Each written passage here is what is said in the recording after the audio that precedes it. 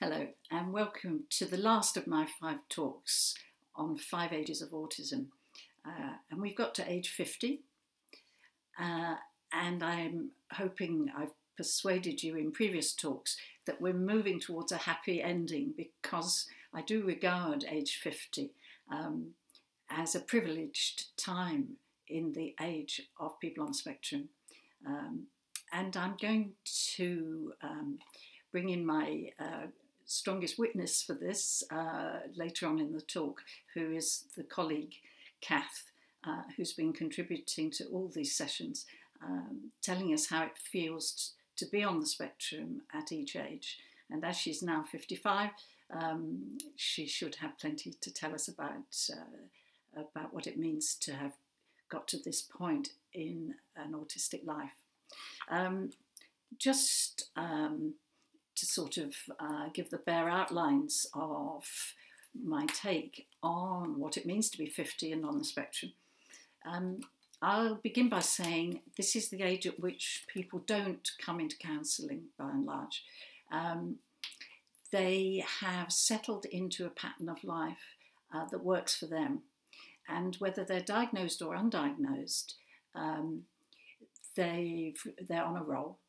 They know what to do, they know how to do it, they're working within their limitations if necessary, or they're pushing themselves reasonably forward.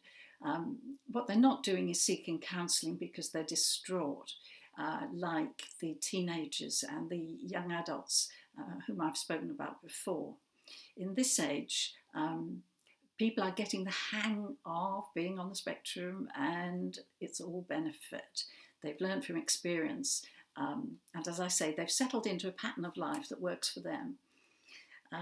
If they're undiagnosed, it might be hard for you to spot them, because it could be equally your quiet neighbour who keeps a pristine allotment where all the beans grow in beautiful rows. It could be a chemistry professor over the road who goes off to work at the same time every day and is highly rewarded for his precision and understanding of science. It could be the woman who has set up a dog grooming parlour. Her love of dogs and her understanding of their feelings has given her a special skill in managing pets. Now she's turned it into a business. Or it could be the person who serves you in the charity shop, or the manager of the charity shop. It's not unusual for people on the spectrum to want to give to society and to be involved in charitable work or in counselling even, as my friend Cath is. Plenty of counsellors in our experience are on the spectrum, although they don't all know it. We also think many people in the mental health professions, like psychologists and psychiatrists, are also on the spectrum because they've taken a scientific road to understanding human behaviour, and they use very long words to describe things which neurotypicals might say are fairly common sense. So wherever you look, you're quite likely to find that you're looking at an autistic person, but well adapted to what they're doing. And that goes all the way down to the dad, the quiet dad who spends an awful lot of his time fishing. That's his hiding place. And it's what enables him to be an amenable person in between. So the problems of life are being solved in these ways by the autistic folk, and their solution works so well that they don't look outside for help. And this explains how they disappear into the social fabric, why autism seems to be an exploding diagnosis for the young, but less so for the older population. Although people in their 40s, 50s and 60s are being diagnosed, it's in nothing like the same degree as young folk. And that's because once you're inside the social fabric and you're okay with yourself, you're not going to take your distress to a professional. You're not going to be visiting the GP and asking for antidepressants or coming into counselling. However, if you are diagnosed, if you get to your 50s with a diagnosis, you have the added advantage of being able to understand your own functioning and take more care of yourself. Knowing how to relax, knowing that you have permission to take time out is a great benefit after a diagnosis. And it may also alleviate problems over your living arrangements if you're in a relationship. It makes it more reasonable to ask for a separate hideout or indeed a separate home. Plenty of mature people in autistic relationships live separately. I personally know of a couple who live on opposite sides of the road, and it works for them because they don't have an intruder in their own personal space, but the relationship is very doable, as it were, across the road. So we see all kinds of innovative arrangements with autistic folk in these years, which include not marrying, just calling it a friendship, or becoming business partners, just buddies. There's no need to label the relationship at this age in this way that there might have been younger. And so autistic people can settle into something that works for them without fretting too much about what the world thinks they're doing. So a diagnosis has the advantage of putting self-understanding in the forefront of an autistic person's thinking, so that they can explain themselves to themselves and to others. And that leads to much greater relaxation, obviously, and therefore rather less autistic behaviour, because autism is so strongly characterised by anxiety. If we take the anxiety away or lessen it, we've obviously got a much more promising situation. And so one of the great side effects of an autistic diagnosis can be allowing oneself the freedom just to be what one is and being, as I say, able to explain that to somebody else. So life is exponentially easier under those circumstances. And it may go to the point where it's very hard for an outsider to say that they're looking at an autistic person because the other person now is behaving much more naturally and is more fluent and, as I say, can explain themselves. Does that mean that they're no longer autistic?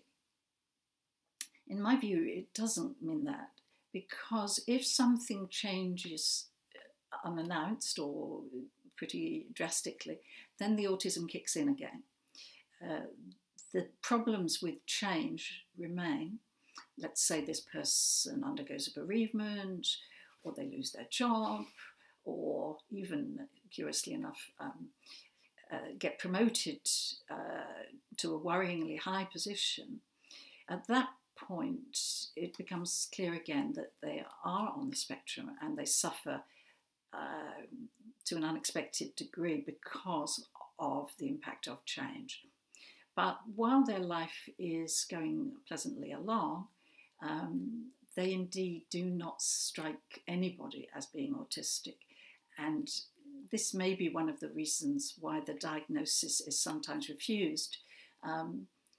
People whose interior world remains autistic are putting up such a good show that neurotypicals won't believe that the diagnosis is either needed or valid. But in my view, it comes down to the insight of the person themselves. If they know that they've always felt different and life has been a struggle for them, they have a right to the diagnosis, even though some healthcare workers might try and deny it to them. So that's my quick outline of what it means to have got to the age 50, diagnosed or undiagnosed, on the autistic spectrum. And now I'm turning to my witness, Cath, for her comments on what it means to her to be at this stage in her life. Over to you, Cath. Hi, Felicity. Yeah, I totally agree with lots of the things that you've just been saying.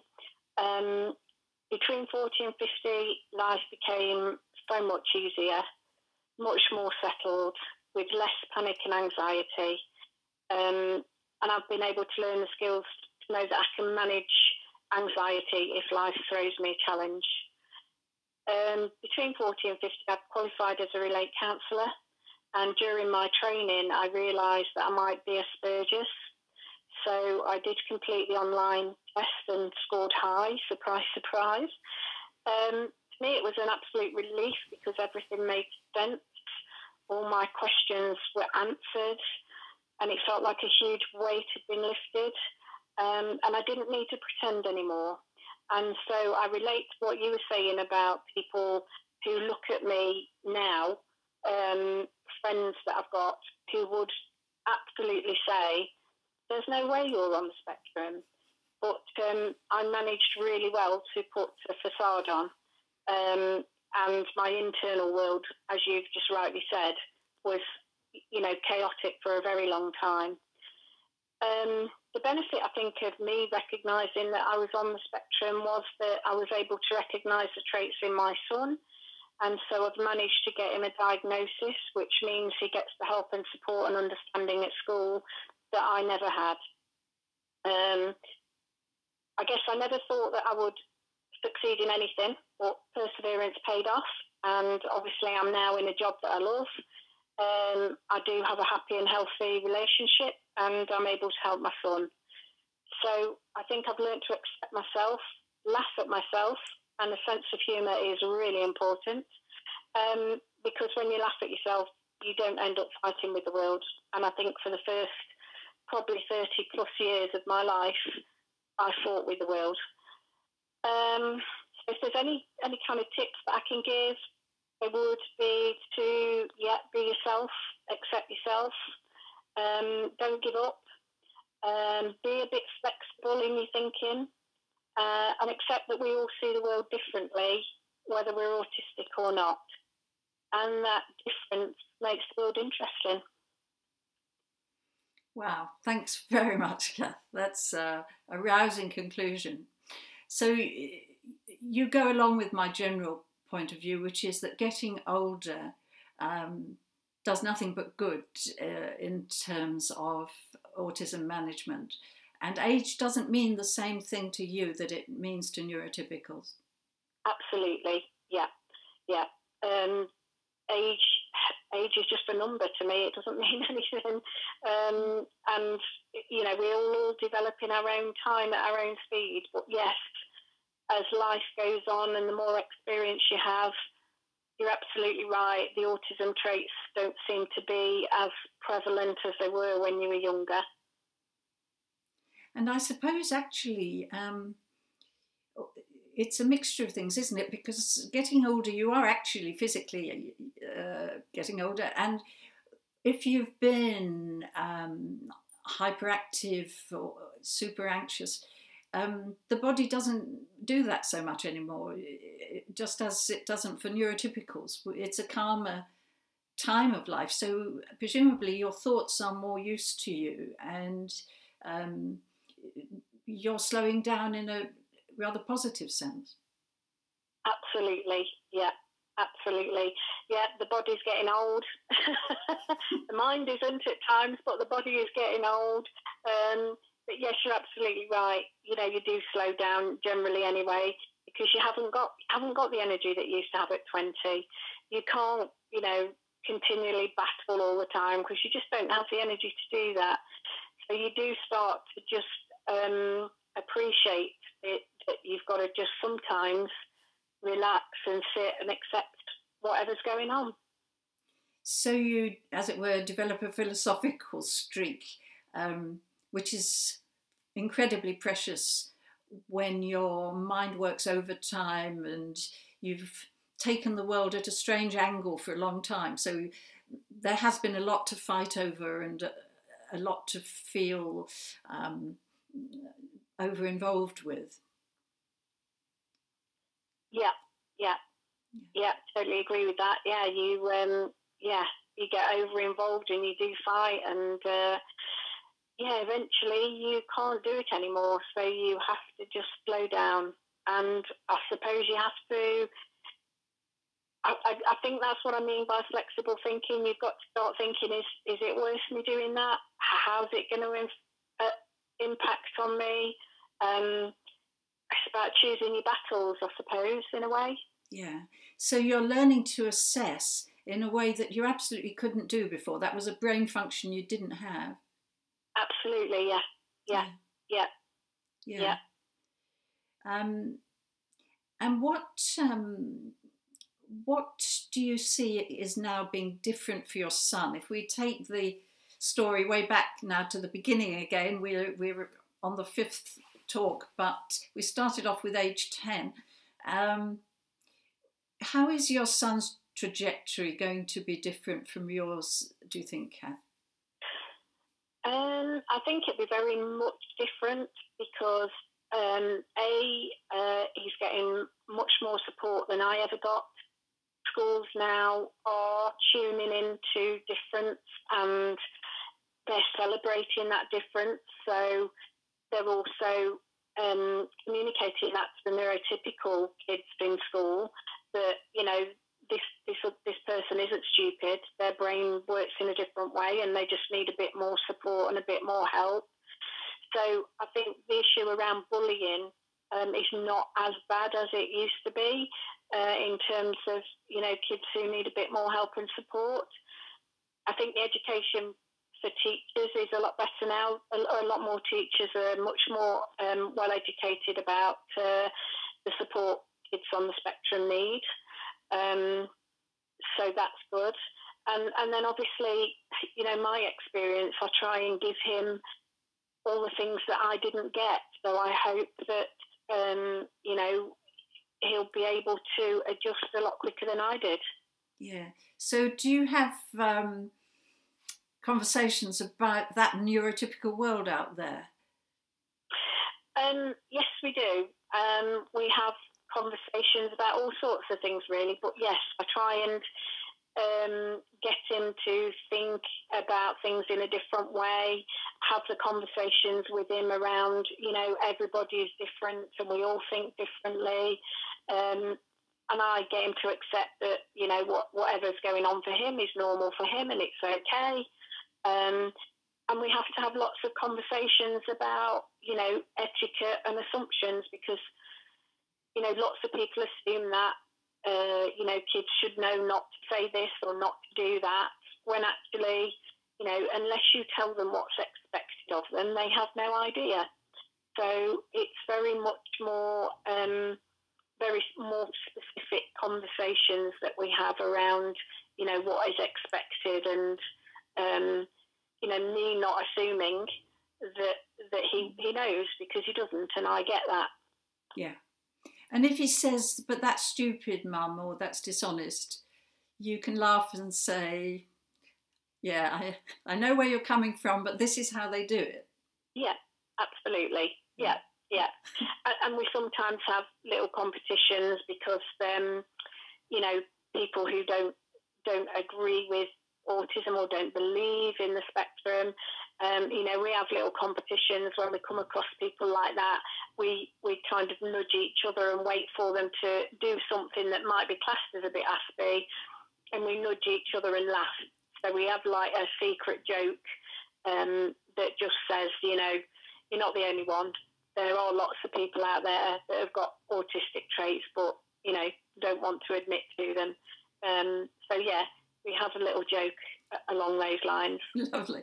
So you're kind of secret society. Well, and he never has to feel he's been hung out to dry in the way that, alas, you did when you were small. Yeah. I hope so. I just want him to not get into having to fit in. You know, and I just say to him, you are what you are, and, you know, you'll be whatever you want to be, but you've got to put the effort and the hard work in, and, you know, you're okay as you are. And I wish someone had said that to me when I was young. Absolutely, because that is the basis of mental health, isn't it? That you're, Absolutely. yeah, you're allowed to be who you are, and the world says that's fine by them. Yeah. Without that, undiagnosed autism is always going to lead to mental health problems, because nobody can survive battling with the world over the definition of sanity and normality. Mm. Yeah, it's too much to ask of a single person. Yeah. Well, it's lovely to think of you and your son making common cause, Cath, and many thanks for all the insight you shared with us. I do think you're living proof that getting old is a great thing for people on the spectrum, and indeed that you can be 55 and as young as in spirit as you are. That's your secret. So Absolutely. Thanks very much for sharing, Cath, and we'll both say goodbye now to viewers in the hope that we've proved our big point, which is that autism is a developmental delay, but by no means the end of the story. Absolutely. Okay, thank you. Bye-bye, Cath. Okay, take care. Bye. Bye-bye. Bye-bye, everybody.